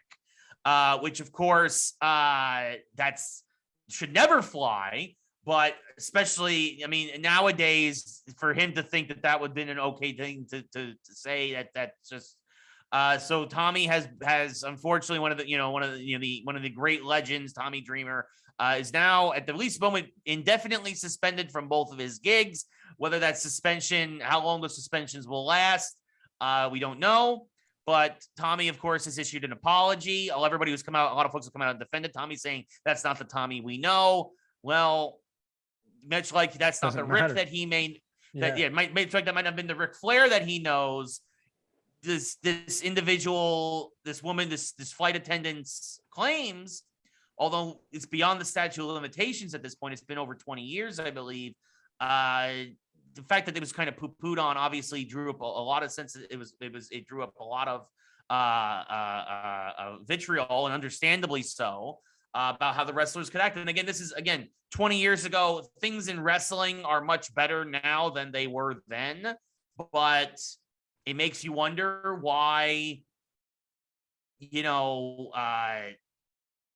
some of this was allowed. Even Jim Ross said a lot of wrestlers were punished, either fined, suspended, even fired for their actions there, but not Ric Flair. And Jim Ross, who of course was the head of talent relations at that point, said it was like, well, in terms of mafia, if you want to talk like that as a mafia, Ric Flair is a made man. There's nothing I could do to Ric Flair, which is the worst thing that anybody have ever possibly have said, because it basically, in a way, Jim Ross obviously seemed to be very, obviously regretful and remorseful for that. But at the time, it kind of condoned this kind of action that someone could get that drunk. And basically, for those of you who don't know, Ric Flair basically was walking around on the plane naked and cornered, as the story is told, and cornered the stewardess. The wrestlers thought it was hysterical. Obviously, the flight attendant did not, and understandably so. It was, they call it the dark side of the ring for a reason. It is clearly an ugly chapter in wrestling, one of many ugly chapters in wrestling history between the 80s and the 2000s. It was a fascinating episode. It's sad to see all the blowback, and of course the folks who are already coming out like, why didn't the flight attendant say anything sooner? She even said in the show, she's like, I didn't want to relive this day over and over again. I didn't want to draw this up. I didn't want to, and she feared for herself, because here was this massive company with WWE, who also, by the way, legal ramifications, paid her supposedly a hefty sum of money to stay quiet. Obviously there was a court thing, but it was settled out of court, which happens a lot of times when you have a $1 billion company like WWE and someone comes after you with a lawsuit like that. They pay you to shut up and make it go away. It's coming out now because it's, again, beyond statute of limitations, and it's one of those things, and probably that plea deal is probably expired at this point, and there's, because of the law and the way things work, she probably can't go after Ric Flair now. But it's still one of my favorite show on television, because it really shows, it gives you, as they say, a mark like myself. It gives us an inside look into wrestling that we would never have had otherwise. And to hear it right from the lips of the people who were there in a lot of cases, those, of course, who are still surviving. Ric Flair, of course, denied comment, as did several others. But to hear it from Tommy, to hear it from Jim Ross, to hear it from Terry Reynolds, who of course was married to Goldust at the time. She was on, or just divorced from Goldust, but she was on that flight because she was still working for WWE. Hearing stories from her, it's a fascinating watch if you're a wrestling fan, folks. But be warned, it's gonna paint some of your heroes potentially in a very different light if you watch any of these episodes. But I think it's really, really well done, and it's probably the best show on Vice, in my opinion. So that's my review of Dark Side of the Ring this week. It's back. Hey, it's back. So there you go. As JJ says in chat, AEW. Things are different now. Thankful, in a good way. Again, progress. Things have changed in 20 years. Doesn't mean that it still doesn't hurt what happened back in 2001 for a lot of folks. Yeah, look, all I'll say about this, Ray, is that got to hold people to the past accountable, but it's really more important that we educate the youth today to change the future. Because the truth is, we don't do that enough. We're always looking backwards, and we don't spend enough time looking forwards and saying, what can we do to teach the young people today to make sure this doesn't happen in the future? That's the real way things get changed. So, might have been a hero to some, but it's one of those things, right? We gotta move on and find a way forward. Yes. So don't get naked on the airplane, folks. Don't all right. Let that be a lesson to you. Yeah. Yeah. But that brings us into a much happier topic. It's our mashup of the week. So going back to my Deathloop review from earlier, leaking with the brilliant mashup in our pre-show. What sports day would you want to relive over and over? I think this is a fantastic one. I knew immediately which one I would do. We, of course, open up to the chat. We, of course, want to know what you guys at home who are listening to this think. What sports day would you relive over and over? Lee, would you like to go first, or would you like me? Well, I have two moments, really. Okay, let's just put the rules in here. We're talking professional sports. Let's not talk because I'm not talking personal moments in my life, because that would be an easy one too, to be fair. But no, look, for me, it comes down to obviously 2008 Philadelphia Phillies winning the World Series, or the 2018 February 2018 Super Bowl with the Eagles. And you might think I'd pick the Phillies just because it was the first championship in my lifetime, and it was a great moment. But I'm actually going to go with the Eagles for multiple reasons. One is that team was not expected to win, so the fact we were in the Super Bowl was amazing. We're playing the greatest quarterback, greatest probably team of all time, and the New England Patriots. But the day was awesome. You know, I got to tell you, Ray, you were there. Yep. Like, this is a fun day. You know, we flew out to Vegas. I had to be in Vegas, believe it or not, for a vacation. I flew, Ray flew out there. I don't remember if I paid for that or not. I hope I did. Anyway, we put you up. We put you up. It was like a $75. Yeah. It was a super cheap flight for me, but I did stay with you guys in the hotel. So we had a suite in a hotel. Flew my buddy Travis out from Philadelphia. My wife was there. My son's 4th birthday was the next day. Ray bought him a Nintendo Switch. We watched the Super Bowl. The Eagles win the Super Bowl. Then we went on the strip for the night and didn't die. So that's a pretty darn good day. I could relive that day over and over. Get your best friend. You got your junior friend, you got your family, and you got a Super Bowl against the Patriots. It's a pretty darn good day. So I would take that 100% from a Philadelphia standpoint. Yes. JJ in chat, by the way, one of the rules is you need to have been alive for that day. So talking about the 86 World Series with the Mets or the 94 Cup final with the Rangers, those were well before your time. So I know that for Our producer, Caitlin, says, I want to do that day too, Lee, but where I know you guys. Caitlin, I would have loved for you to have been around because you would have been there too. That was an amazing moment. Yeah. I remember too. I got to tell us. So when we won, you know, Travis tells me this story, but apparently when we won, I started screaming. I jumped up into a door, like I full body checked the door. And then I remember Ray and Travis tackled me on the sofa. And I just remember going crazy while my wife had this kind of, oh God, look on her face. And then I remember my son punching me going, Daddy, stop yelling. It was awesome. All of it was awesome. Oh yes. Because the big thing was that we were too loud because we were in the hotel and we were worried that in Vegas we were going to be too loud. It was an unbelievable moment. I'll never forget that ball drop in it. The Eagles win the Super Bowl. The Philadelphia Eagles have won the Super Bowl. It was unbelievable. Unbelievable. Yep. I kind of did a countdown on the last play there as the clock wound down. It was fun. Yeah. So, and of course, JJ in chat, he's like, well, there go all my days because I wasn't born for a JJ doesn't have to be a championship. It was just a great sports day. Tell us the best sports day you remember. All right, there's a lot. So now he says last Friday when the Mets beat the Yankees 10-3. Well, that's sad. Well, that's kind of sad. I mean, not gonna lie. For me, this is an easy one. Easy. I mean, there were a lot of great days, but for me, the best one, because the best celebration after was when the Giants beat the Patriots in Super Bowl 42 to end the perfect season. We drank the whole night, like literally until the sun came up. Me and a couple other friends, Giants friends. Even a couple of Jet fans were just happy to be like, this is the closest we're ever going to get. So we're going to celebrate with you. So we all went out. There was probably about 6 of us and we drank. And then about 6 a.m., we stumbled to the North Arlington Diner and had breakfast and then went to bed at about 8 a.m. Monday morning. I could go for that right now. Night. Yeah, seriously. But we went to a Lyndhurst bar. And because we knew one of the bartenders there, and basically, and this will happen in the they don't talk about it, but in Jersey and New York, this will happen occasionally, especially if something big is going on. They basically lock the doors and basically turn the signs as if they're closed. They're like, all right, everybody, if you're in, you're in. If you're out, you're out. But we're going to stay open. And basically the bar didn't close until 6 a.m. and we just drank and it was fantastic. And it was absolutely amazing. So I could not, would absolutely in a heartbeat relive that day when we beat the Patriots. The Giants beat the Patriots in Super Bowl 42. Absolutely fantastic. One of the best days of my life.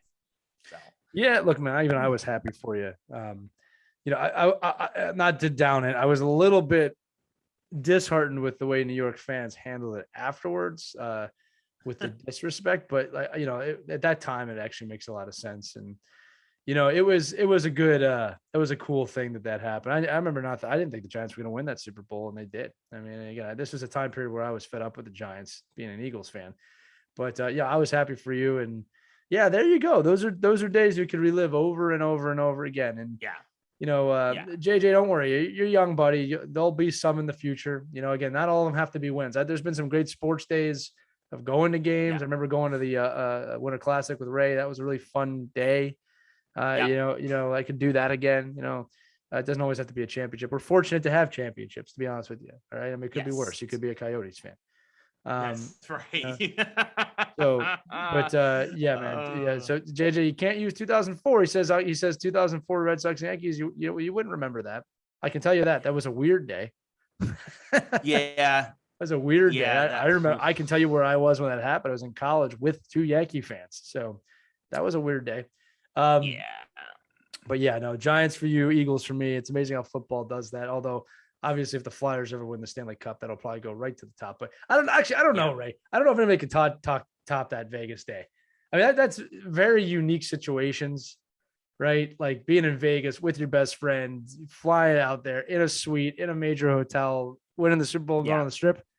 If the Flyers win the Stanley Cup, it's going to be like, yeah, then they won and Lee cried for like 20 minutes. I was going to say, and then his kids were like confused. His kids were confused. Yeah. Why are you crying, guys?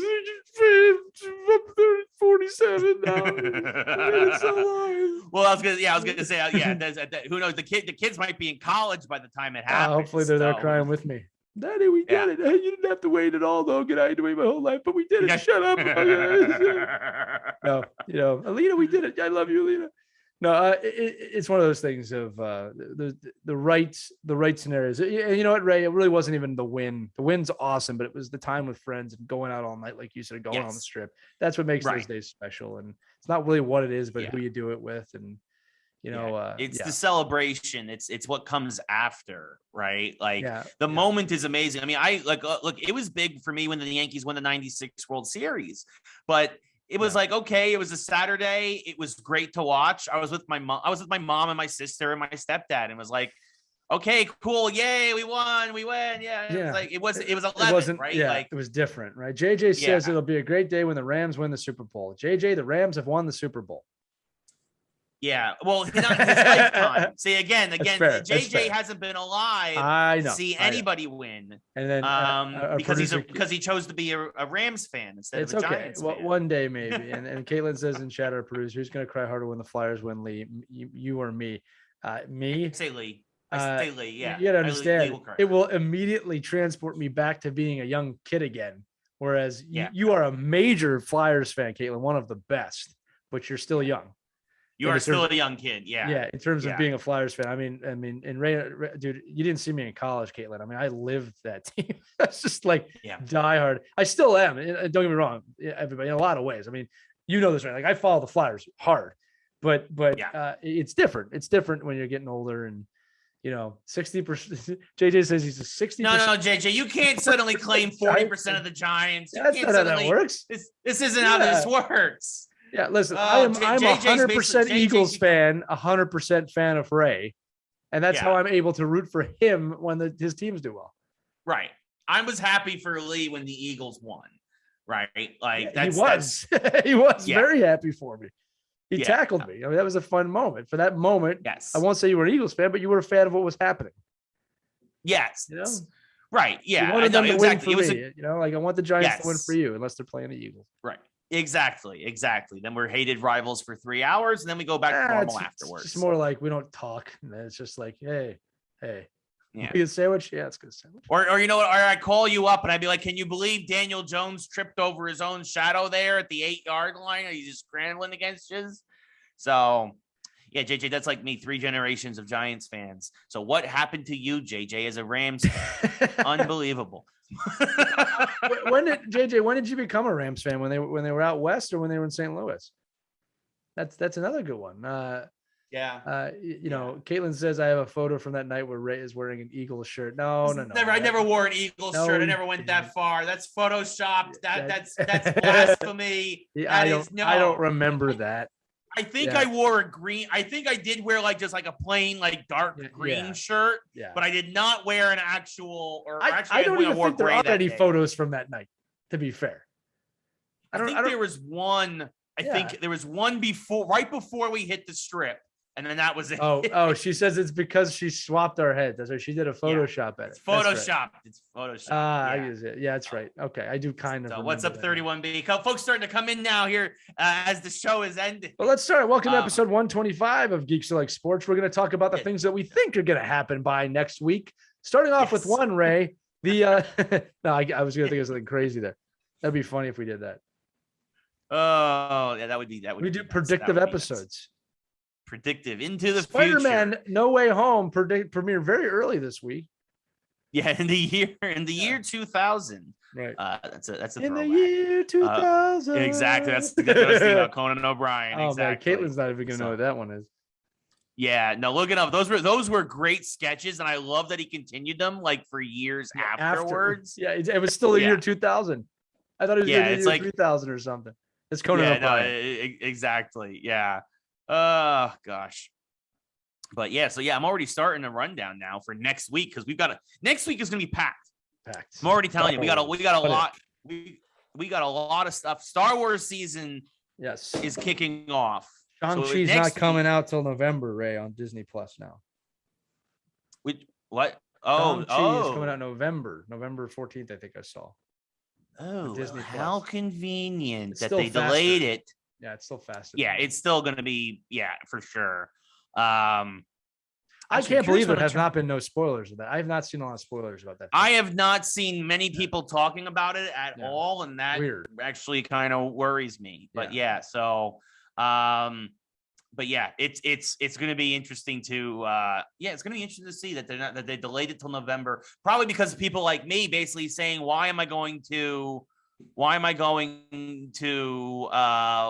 watch Shang-Chi when it'll be on Disney Plus before Eternals? I just have a very strong belief, Ray, that as we head into the winter, and naturally illnesses go up in the winter, flu, cold, COVID, that I think that we're going to see less and less people going out. So I just believe that. So we'll see what happens. I'm not hoping for that. I'm just trying to be realistic. Yeah. But, with that said, we're going very dark here. This has been a wonderful episode. Yeah. Thank you all for joining us tonight. I have to watch Venom this week to get ready for Venom 2. You do. So, I really want. I can't wait to get your review on that. I want to see if we align on that. Yeah, no, for sure. I will definitely. that is my plan. I do plan on watching it this weekend. So, do not see the Lego Star Wars special stream lounge, but Star Wars Visions drops tomorrow. So we're gonna do tomorrow. Next week will be What If episode 7, as well as Star Wars Visions episode 1. We're going to be talking about a lot of Netflix teasers. We're supposed to be getting teasers for Cobra Kai, Witcher season 2. So all of that stuff, supposedly they're going to be dropping some trailers this week or the next week or so. I think the weekend. But it's going to be a big episode next week. But we appreciate you for this was a big episode. It's a big week episode every week. It's a big episode this week too. Thank you all so much for tuning in. As always, this has been Geeks Who Like Sports. For Lee, I am Ray. This is episode 124. We will see you all next week for more Geeks Who Like Sports. Good night, everybody. Be well. Take care.